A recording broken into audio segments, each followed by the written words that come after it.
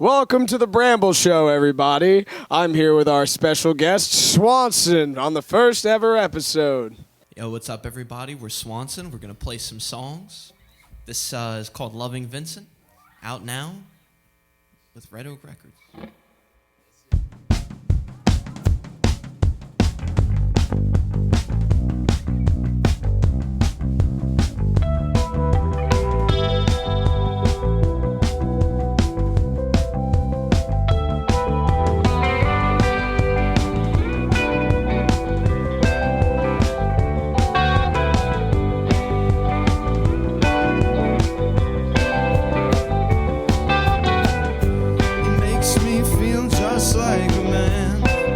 Expect you to try and understand. I really hope that this one lasts. It's a falling in love, but I get up so mad. Everything's been so different since I've been loving Vincent, but I know in the morning won't need to go. Everything's been so different since I've been loving Vincent, but I know in the morning, so gonna change.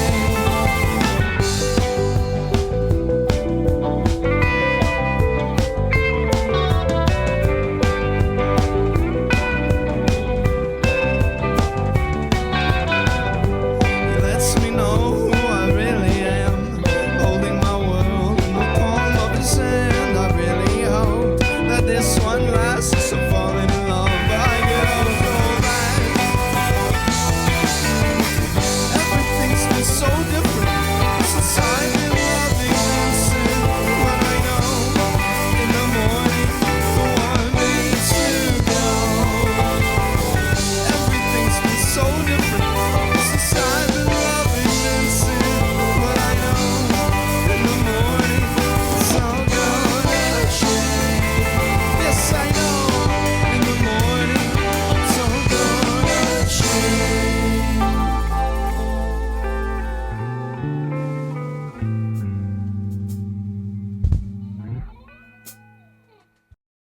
What's up, Swanson? How you guys doing, man?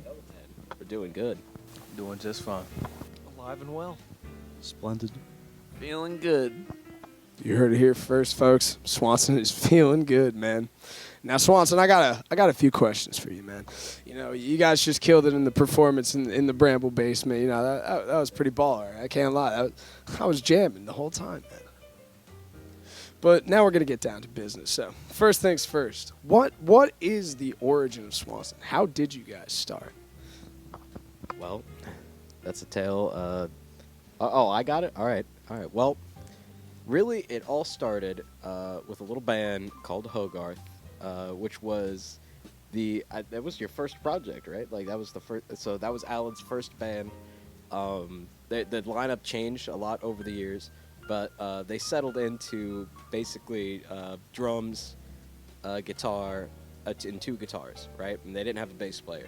So we actually lived across from each other for a long time. And you know, my dad sees him taking out the trash, and he's like, "Oh, hey, like what did he say?" He said some dumb shit that only my dad would say. Bless his heart. Listen, man. Listen, I play the drums. My son plays the bass. You got to come over. You got to shred with us sometime. Do you play a strong lead? That's what he said. He asked you. Oh yeah, do you play a strong lead? That's what. So that's what. All men desire to play a strong lead, you know what I mean? But yeah, so that's how we started playing together, and then Ryan got involved in that project, and then like while we were all working on the Hogarth thing, just out of the blue, you know, we got offered a show, I believe here at the Bramble, right? Or was it at the Fun House? Okay, our second show was at the Bramble. Oh yeah, oh yeah. Oh yeah. R.I.P. the Fun House. But rest in peace. Oh yeah. But we you know, we got offered a show there, but Hogarth couldn't play. Alan, you know, reaches out to me and he's like, "Hey man, I've been working on a series of songs that like I feel like don't fit with what we're doing right now. Like, would you be interested in playing these songs and we'll just do something else instead of Hogarth for the Funhouse show?" And I was like, "Yeah, sure."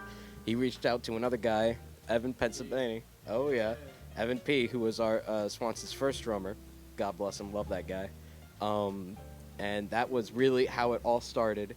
Hogarth we kind of all drifted apart. Like one of our guys was moving away to college. Another guy like got real busy with work. Jay Dizzler, I see you, brother. Hope you're watching this. Love you, man. That's Justin Martin for you guys out there. But yeah, man. Like it started as just kind of a one-off thing, and then it was, it was kind of successful. People seemed to like it, and we just kind of kept doing it, and then eventually just the clientele changed over the years. We've had different lineups. Nick Basales has been a massive part of what we're doing. So Nick, God bless you, man. We're thinking about you. Hope you're living your best life, buddy. But yeah, man. And then we met this guy along the way. He played. He came to a couple practices with us just to jam, and then it evolved into something really special. And now here we all are, all those years later. Dave came into the picture. Ryan was there with us since the Hogarth days. And now here we all are, 3 years later? It's the origin story. It's all for the Lord, man. Dude, I just learned a shitload. Are you kidding me? Bleep that out. Bleep it out. Question number 2, my friends. Where was your first show? We were at the Funhouse with Evan Pennsylvania, and we played most of the songs that people know now, but with like no lyrics and just like an eternal guitar solo. And the other bands were like, how long you guys been playing together? Like 10 years? We were like, this is our first time. And we kept it rolling. I think I was there. I'm pretty sure I was there. Paranoia Stomp, dude, in the pit. Dude, it was a fun house show. I wasn't really conscious. I was just kind of moving. Back in the day. All right, question number 3. Loving Vincent is your newest song. What was the inspiration for that? So it was the film Loving Vincent, where they painted all the frames to look like a Van Gogh picture. I just thought that was a cool idea. I've never seen the movie, and I was like, oh my God, Loving Vincent, that's a fire title. Like, we gotta make a song called Loving Vincent. And then I wrote it, and it was just on my phone for years. And I think we were doing like a special show somewhere. And I was like, this song would just fit so well. And then Nick Basales was like, you've been hiding this. Where have you been keeping this? He was like, the chorus is incredible. And then I was like, okay, word, let's just start playing it. And then, Steve was like, do you want to do a song? And I was like, well, we actually already made this. So that was it, mostly. I mean, without seeing the movie, what if the ending was just horrible? What would you have done? What if it was just like, oh my God, I can't believe I watched that? Like, what do you have to say? I mean, I actually heard the movie was not that good, which I think is fine. I think the song is pretty good. So maybe people will like the song more than the movie, more than the film. This is open to any of you guys. All right. How many swans? How many swans? How many swans does it take to screw in a light bulb? Is that what it... How many swans? This sounds like a mathematical question. I don't think I should answer this one.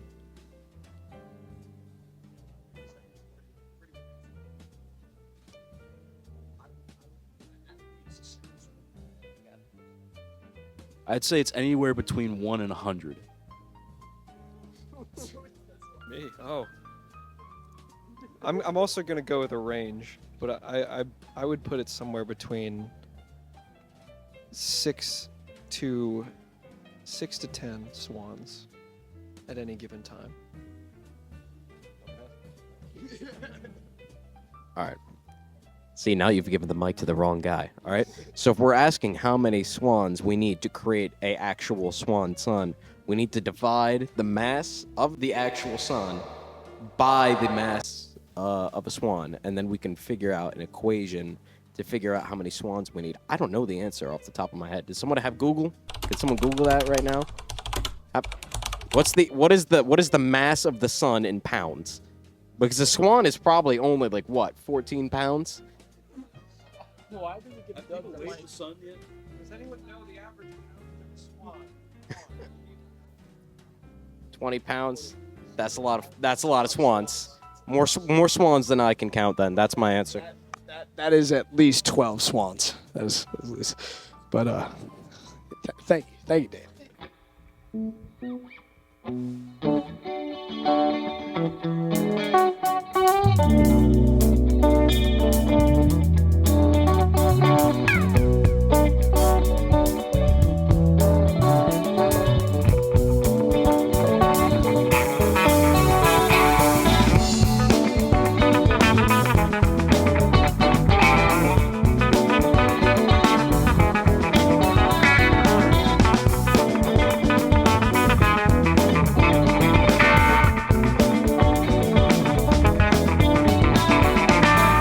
Just as lost as me.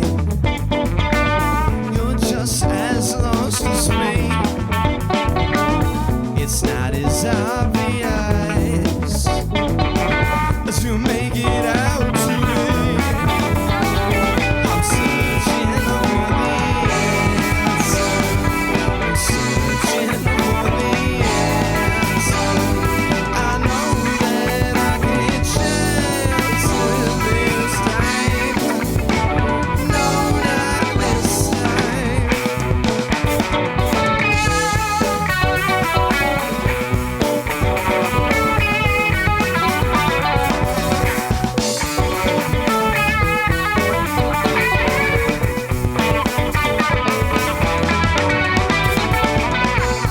Take a look around. Tell me what you see. Every sight and sound reveals the way to me. I'm searching for the answer. I'm searching for the answer. I know that I can chance this time.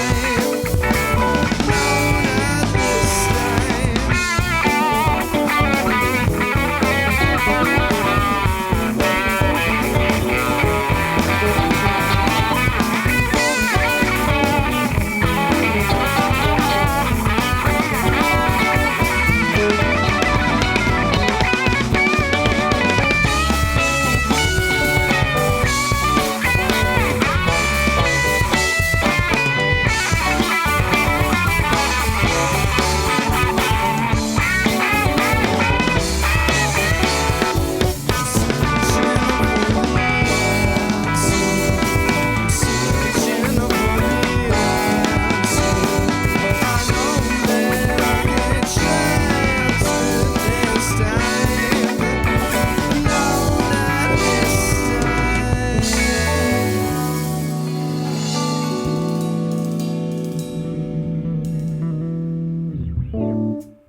Now, why don't you guys take a minute? We're gonna introduce the band real quick. You know, as musicians do later in the set, we gotta lead it on first. Come on, a little bit. My name's Alan. I play guitar and sing. My name's David. I play guitar and sing sometimes. My name is Ryan. I play keys and also sing from time to time. My name is Sid and I play drums. I'm bug catcher. I play the bass. And that's Swanson. I hate to break it to you, boys.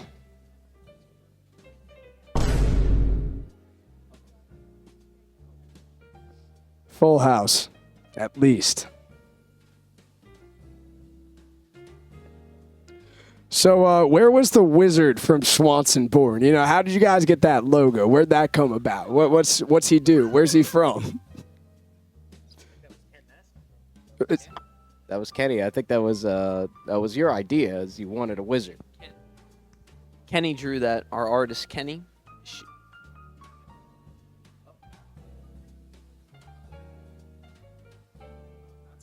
All right, everyone. 220 octillion pounds in swans.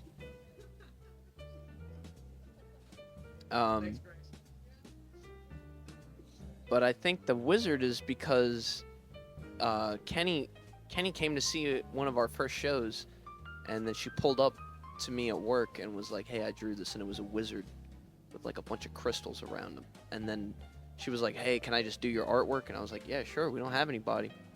And also, I made the name of the Instagram page Jarl Balgruff, which instantly she was just like, "Okay, we need wizardry for that." It's a classic right there. All right.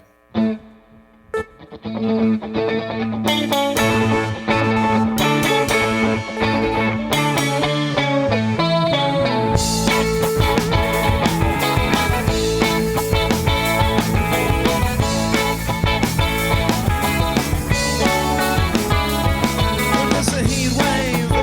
It's gonna last about 10 days. There's been a murder that no one seems to notice. There's a crime spree running rampant in the city. It's been cutting off our heads, snatching bodies from their beds.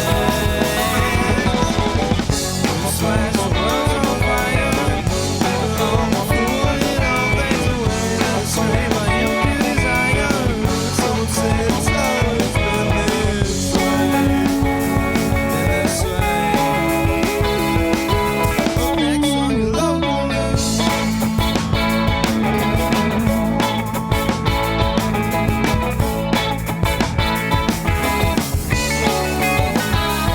Well, there's a madman with a 7-foot wingspan. He's being hunted, wanted by the veteranes. And by no means should you approach him Epstein. You should just turn and run to the arms of Elon. Splash the world on fire. Wrong before it all fades away. That's way my every desire. Someone said it's always been this way. Then this way.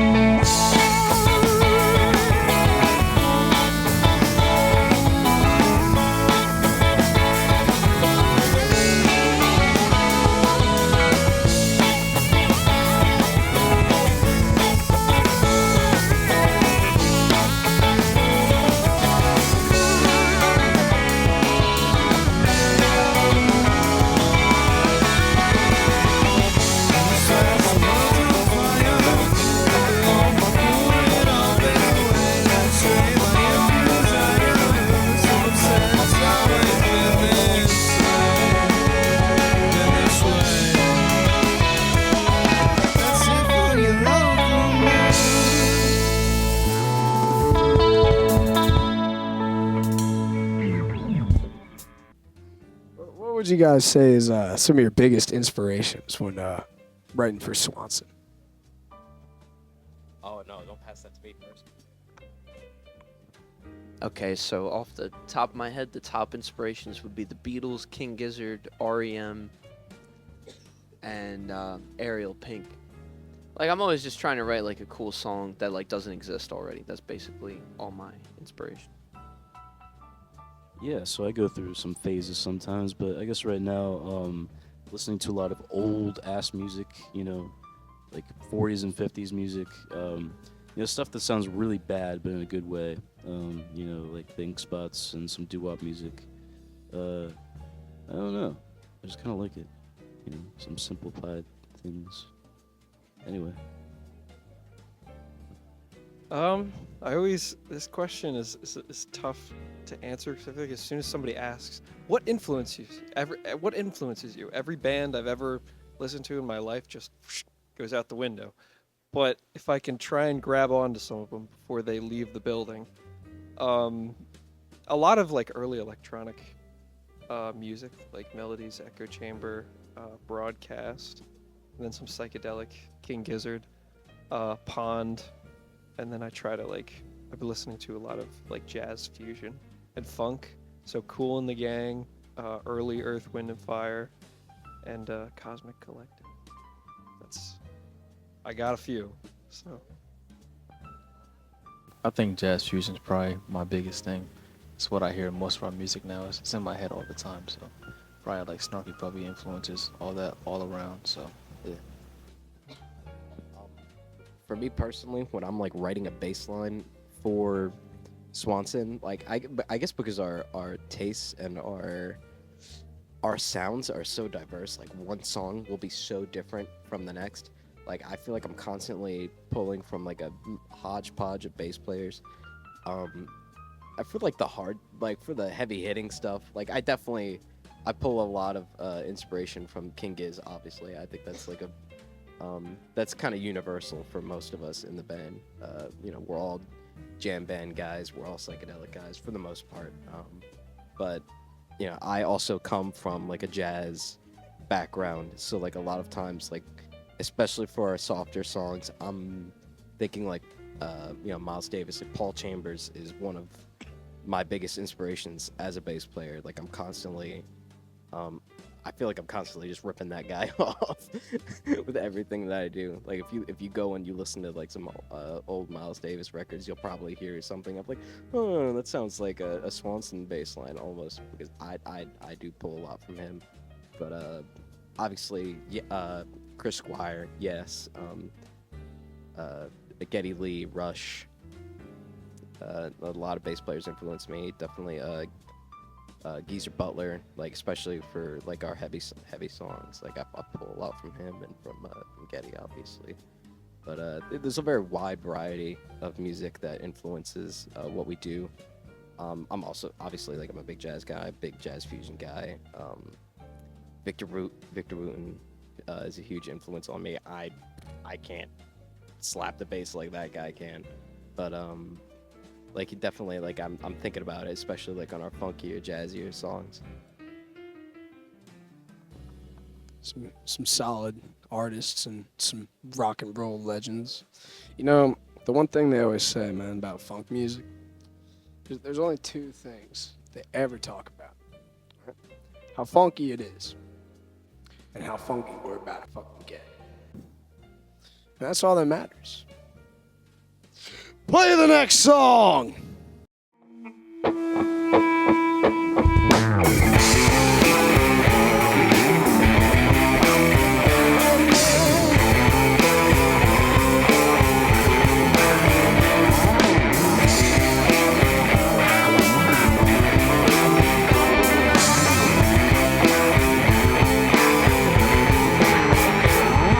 Does anyone hear that sound?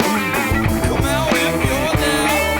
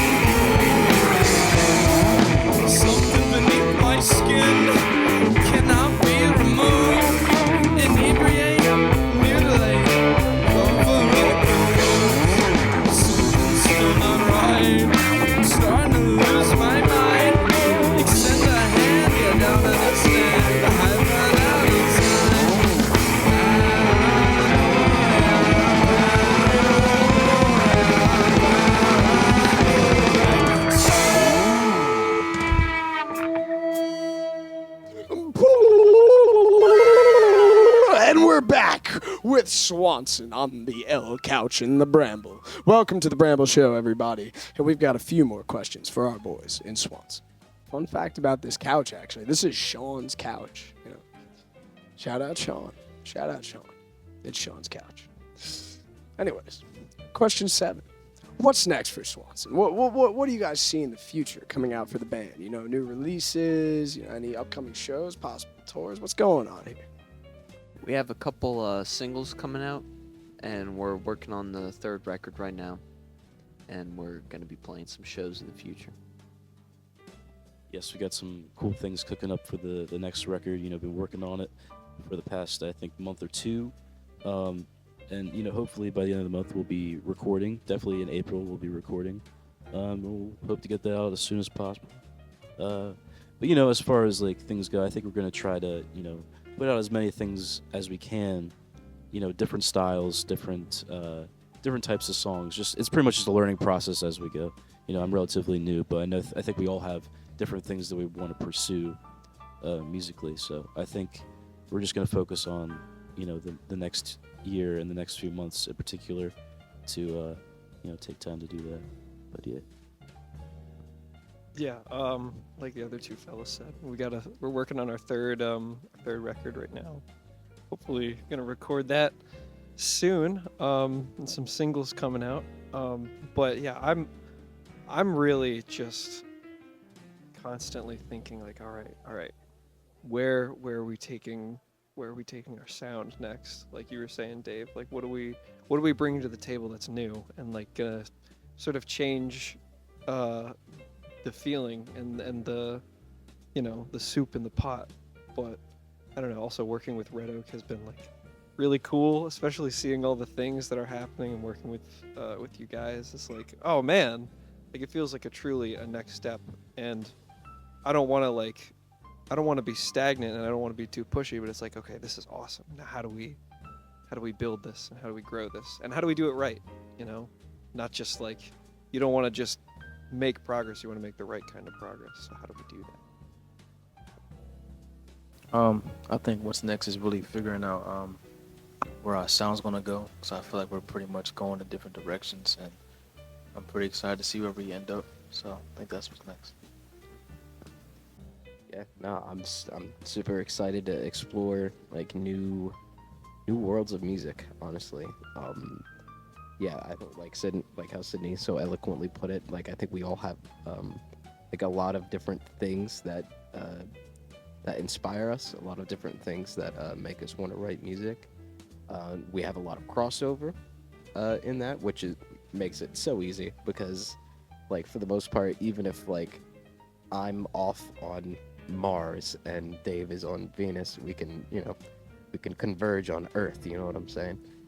Our rocket ships will always cross paths again. But, yeah, man. No, I'm just super excited to see you know, what kinds of new music we're exploring. Obviously, we're working on a couple new songs for our next album, EP project. I guess album, right? It's an LP, right? 8 tracks, 10 tracks. Yeah, something like that. We'll album. Oh yes, we're going to make an album. George, we're making an album. All right. Sorry about that. Yeah, no, I'm super excited, and I'm honestly just as in suspense, I think, as everybody else is. Oh yeah, Swanson. You can see, audience, where the Beatles inspiration comes in here. Yeah, we're actually reincarnated. We were the Beatles reincarnated. I know. I think we have more members, but you know, one of us is Pete Best, so I'm not going to tell you which one it is. Another very important question, actually. Very serious topic, very serious subject. We're going to go around the room real quick. Who would win in a fight? A grizzly bear with lasers, several lasers, or 13 human-sized ducks with swords? The ducks, regular shit. Baby ducks. I don't know, man. They're human-sized baby ducks with swords. Baby ducks, man. Yeah, but the bear's got lasers, dude. Yes, have you seen anime? Like it's That's the real question. I don't know, can it? I'm gonna go with the lasers, the bear with the lasers, because he's got a ranged weapon. Yeah, I'm gonna have to go with the bear and the lasers. Also because my ultimate goal in life is to shoot lasers from my keyboards. So if I'm not backing my own horse or bear, I guess. horse. The bear can eat his way out of this as well. You know what I mean? I think I know the ducks are gonna be a little bigger, but I think you could probably fit 2 human-sized ducks in a bear, pure digestive cycle. So you could probably swallow 2, and then have the rest with the lasers. I think the bear also has the advantage of technical knowledge, because if it can build the lasers, it can also probably contact other bears, right? And build a cell phone. It's gonna get cut in half. What about what if he makes the bear signal, in the sky? He just like, screams into the woods. The bear is the much more intelligent animal out of the two, as far as I know. Ducks are not. There are many intelligent species of bird. Ducks are not one of them. They constantly are just eating things that they should not be eating. Like, do not feed ducks bread. Do not feed ducks bread. I know they're cute. I know it's a thing to do. Do not feed them bread. You will clog up their digestive system and they will die. Don't do it. Do not give the ducks bread. However, I think that the intelligence wins in this case because the bear knows what it can and can't eat. I think if you're that intelligent, you can defeat a bunch of ducks with swords. I mean, it's a grizzly bear. You heard it here first, folks. Swanson hates ducks. Swans only. No ducks. It's not Duckson. It's Swanson. Just get it right. They hate ducks, okay? So anyways, back to business. Now, you guys have all been in Swanson for a good while now. You're locked in. You have tight performances. You engage the crowd. You got people singing. When it comes down to all the songs you've made, and I know this is going to be a hard question, what is y'all's favorites?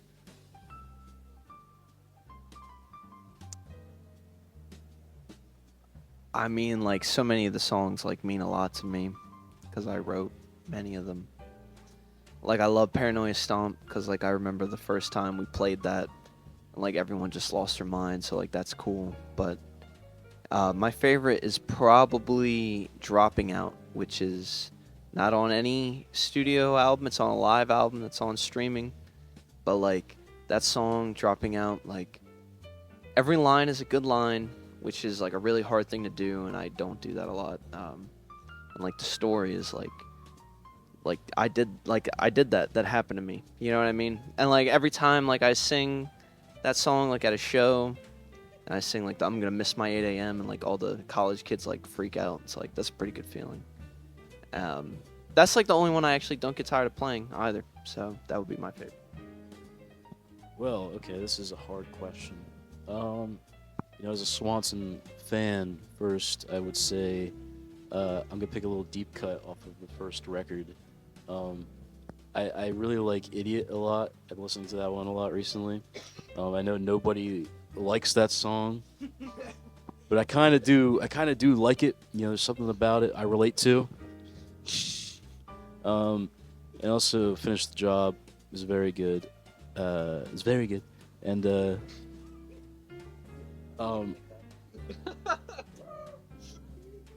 but okay, I'm saying way more than I need to. But if you don't mind, I think it might be so far that might be the best Swanson song.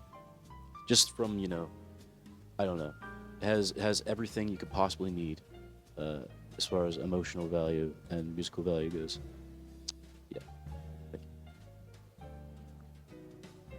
Yeah, I would agree. I think, if you don't mind, is probably our best in terms of what we've put out. The best, our most well executed, I think, that we've done so far.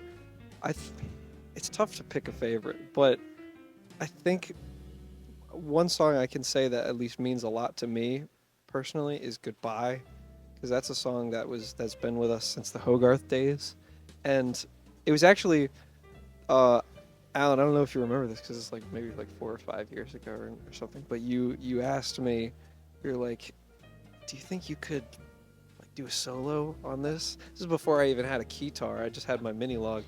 And my immediate thought was no. It's like, I can't. I would want to, but I don't think I could. But I don't know. It was important because it felt like, and I was sort of new to Hogarth at the time. Evan had already been there for a few months. And when you asked me to do that, it felt like you were sort of trusting me with something that was important to you.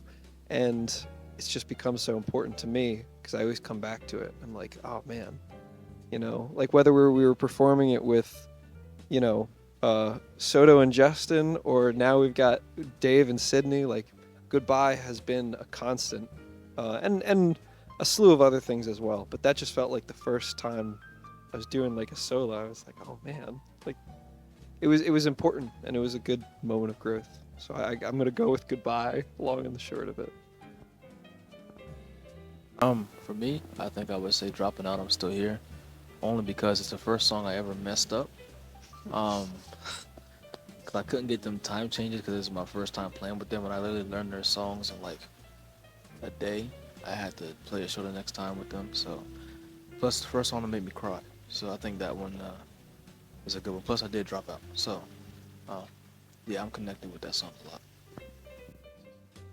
Oh yeah. I'm gonna have to give you. Yeah, of course, dude. Of course. It's like 1 out of 2 songs where I get to just absolutely shred on the bass. Like I never get to unleash like that. Of course, man. Of course, I'm gonna have fun playing that song. That's my top 3. But yeah, I'm gonna give you my top 3. All right, so yeah, Climb the Tower, Orca, which I think is underrated Swanson song. Oh yeah, oh yeah, that was fun. That was actually a hell of a good time. Yeah, so yeah, Climb the Tower, Orca, and then Extra Credit, which I think does not get enough credit as one of the best Swanson songs. Shout out Dylan Waterman, and shout out Anthony Soto too, just since we're talking about him. Oh yeah, hope you're doing good, Anthony.